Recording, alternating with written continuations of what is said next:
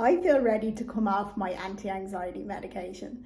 This was a message I received in a client check-in last week and I was smiling from ear to ear. She's not the first client that I've worked with that this has happened to. I've worked with a few other clients who have been in a position where when they started with me, they were on either anti-anxiety medication or antidepressants.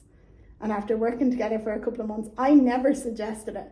They came to me.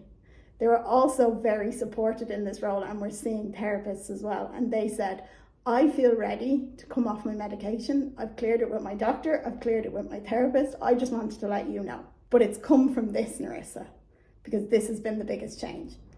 And in my opinion, that is the biggest mic drop. She is now in a position where she feels like she can actually come off her anti-anxiety medication. She feels so good in her life. So how did she get there?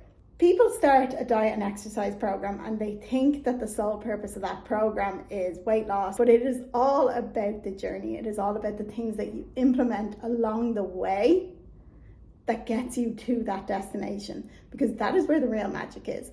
So here's how I like to break things up. We start off with our physical body. So all of a sudden we start paying more attention to the food we are eating. We start eating more nutrient dense food. Maybe we increase our protein intake. We increase our fruit and veg. We're just a little bit more aware of what we're putting into our bodies. Maybe we decide to cut back on drinking a little bit. Maybe we want to quit smoking. Maybe we want to cut back on the takeaways a little bit. Whatever it is, we start looking after our physical body a little bit more. So all of a sudden now we are nourishing our bodies with the food we are eating. Then we get a little bit into exercise. We start moving our bodies in a way that's conducive to us actually feeling good. Maybe we start lifting weights a couple of times a week. Maybe we're getting out for a couple more walks throughout the week. And all of a sudden we start to notice our bodies getting a little bit stronger. So our bodies are getting stronger. Our bodies are feeling more nourished. What does this do? This then affects your mind. Your mind, your body, and your soul. You cannot treat them as if they are not linked. At this stage of the game, we cannot say that they are not linked. So all of a sudden you start looking after your physical body. Your mental health improves. You start noticing you have more energy. You start noticing your stress levels decrease. You start noticing that you're showing up for things better in life. Maybe you're showing up for your kids a little bit better. Maybe you're showing up in work a little bit better. Maybe you're starting to get promotions. Maybe all these amazing things are starting to happen in life and you think, wow, is this actually just come from looking after my physical body? Yes, because the first stage of tapping into that is looking after your physical body. Then all of a sudden you will notice your mental health improve. So all of a sudden we've gone body, we've tapped into mind. We've also tapped into soul. We're showing up to the world better. Not only are we treating ourselves better, but we're probably showing up better for our relationships in life.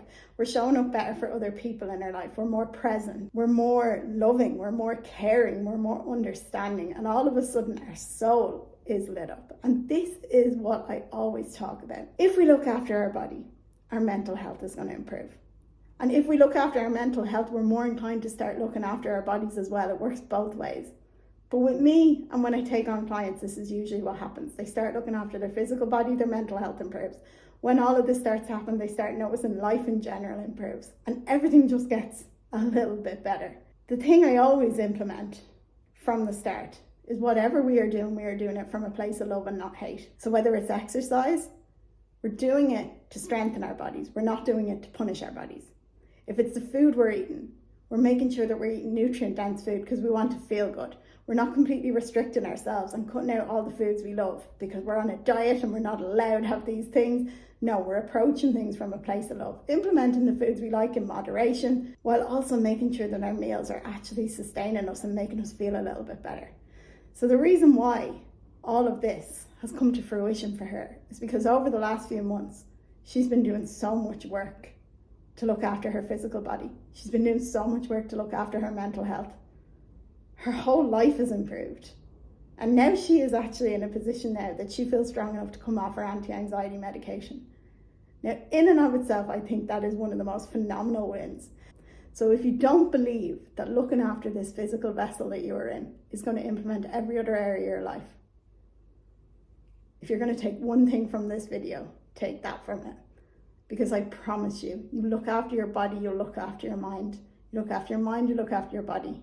And your mind, your body, and your soul, they're all linked. And life is a lot better when you start approaching things from this place of love as opposed to hate.